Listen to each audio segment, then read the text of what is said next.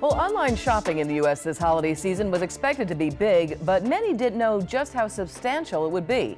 Early data shows Cyber Monday was the heaviest online spending day in U.S. history, with sales up 18% versus last year. Now, is this a sign of a better economy or a sign of a new trend in shopping? According to the National Retail Federation, there were millions of people that showed up to stores over the last week, but they bought less. Sales were down about 3% on Black Friday. Consumers increasingly looked for bargains on the Monday after Thanksgiving. According to statistics, Cyber Monday sales rose to an all-time record to $2.29 billion. Online-only retailers generated the most sales on Cyber Monday, with a 42% share, beating physical retailers and brand manufacturers. The long Thanksgiving weekend sets the tone for the holiday season, where retailers get about 30% of their annual sales. This year's winners of the online craze were the usual suspects, such as Walmart, eBay, and Amazon. 8 of the season's top 10 shopping days won't arrive until the second half of the month, with the Saturday before Christmas holding the number 2 day spot for shopping volume after Black Friday.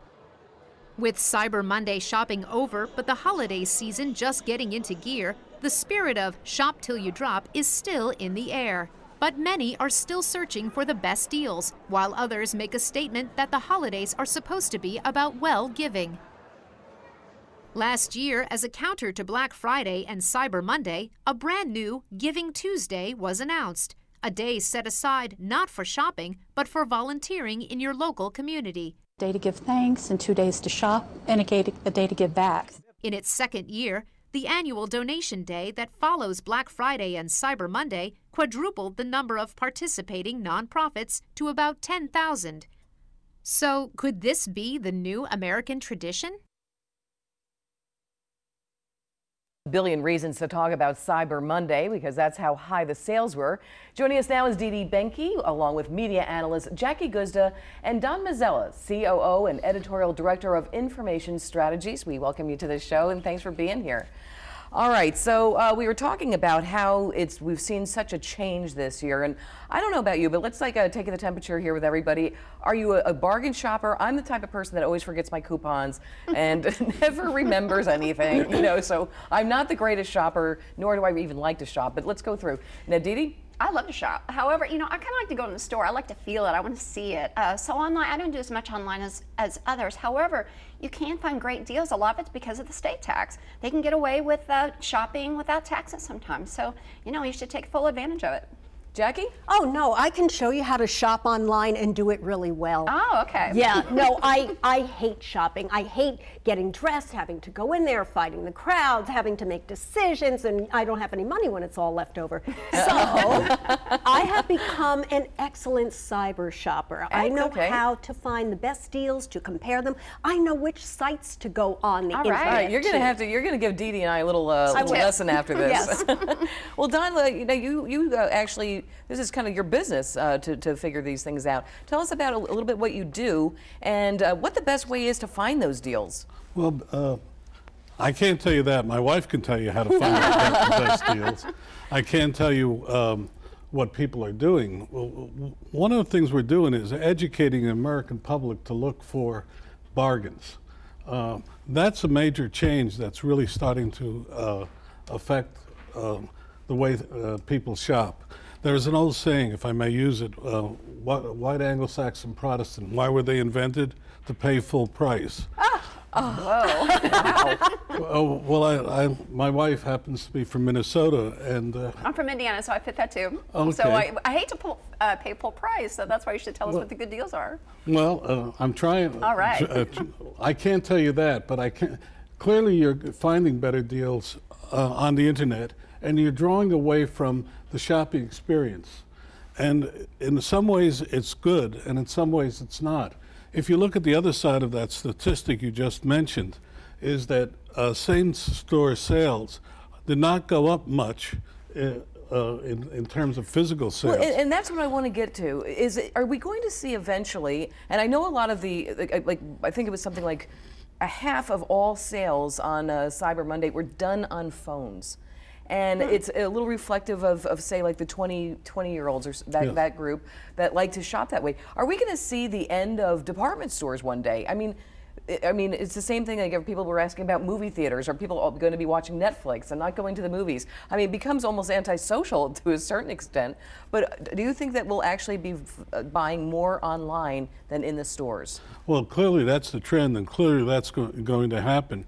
But don't forget, you're looking at the big box stores, the Macy's, the Nordstroms. But still, a majority of products are bought from smaller businesses, from merchants. And they are the ones that are learning. A statistic that's not mentioned is the fact that many small merchants utilize Cyber Monday to get their audience in. American Express had the Shop Small Business Saturday just before, which also encouraged people to shop in Main Street. But that is increasing as well. We just saw the Shop Small right there on the TV screen. That's increasing as well, the shopping Saturdays, and so there is an upwards trend there as well. Yes, and the merchants are taking advantage of the cyber aspects and starting to gear their business. In fact, a statistic we found from our research is that smaller merchants this year, on average, increased their online sales by 17%. Well, that's encouraging. Well, it's certainly an encouraging sign of a better economy as well.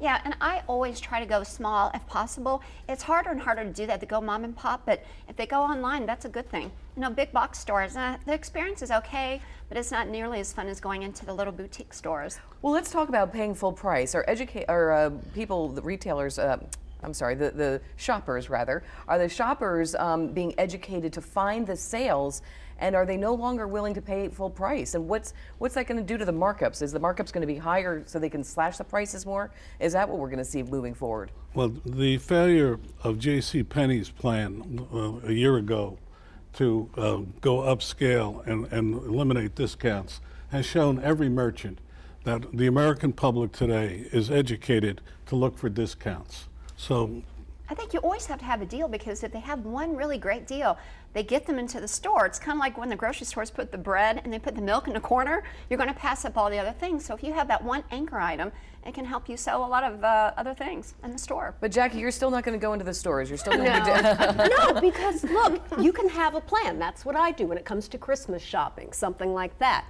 I have a plan. I look at all the websites. I look at the catalogs that come to me. I figure out what I want to buy. And then I look at the varying stores, the online stores, and I see who's got the best deal. Now, you've got to look at the variations of the deals. You can have free shipping, you can have, paying for shipping. True. That's a difference. You can have the 4 days around the holidays when they give you 30% off as opposed to 15% with the opposing store. You can go to sites like Retail Me Not, whereupon they will give you an extra discount. I mean, I never pay full price. Well, I'll tell you one thing. I know that we've seen all these small town Saturdays, or I keep getting small business Saturdays. We've got the Black Friday. Now we've got people Thanksgiving Day shopping and Cyber Monday. But I love the idea of all these people coming together for the giving back on Tuesdays. Yeah, but then it's Broke Wednesday. We're at Broke Wednesday at that point, so it is good to give back, but after all these days, it's exhausting. But I think that was a wonderful concept, though, to bring that up, and all of a sudden, I think, what would they say, something like 17% more in giving just this past year. And you go to the food pantries right now, and the shelves are empty. So that certainly was a good sign. Also, a good sign of the economy. Yeah. So let's just talk about that and take the. Do you feel like you feel more positive about the economy? I'll start with you, Dee Dee. Well, for retail, this is always the time of year where it seems festive and it's going well, and and they add another day shopping on Thanksgiving, which of course I did. So I think for right now, we'll see. Time will tell, but it seems to be humming along pretty well. Jackie, how do you feel? You feel like it's the economy is, you feel a little bit more confident? Sure, yeah. The numbers are coming up. The Dow was raging yesterday. Unemployment has gone down. People are out there shopping. I like to say, look at giving back. Let's not be so materialistic. But then I know the practical side of me says we've got to get that money pumping into the economy, and so the middle class has to go out there and shop. So you have to go out shopping after the show. You got to get out there and help the economy. Donna, what are your thoughts? You feel more confident about the economy? Well, I always go by what our surveys are showing. And again, we're just seeing a consistent pattern of still, how should we say, unease about the economy. Certainly the Obamacare mess has set back small business. We're in the small business area. And that and the fact that there are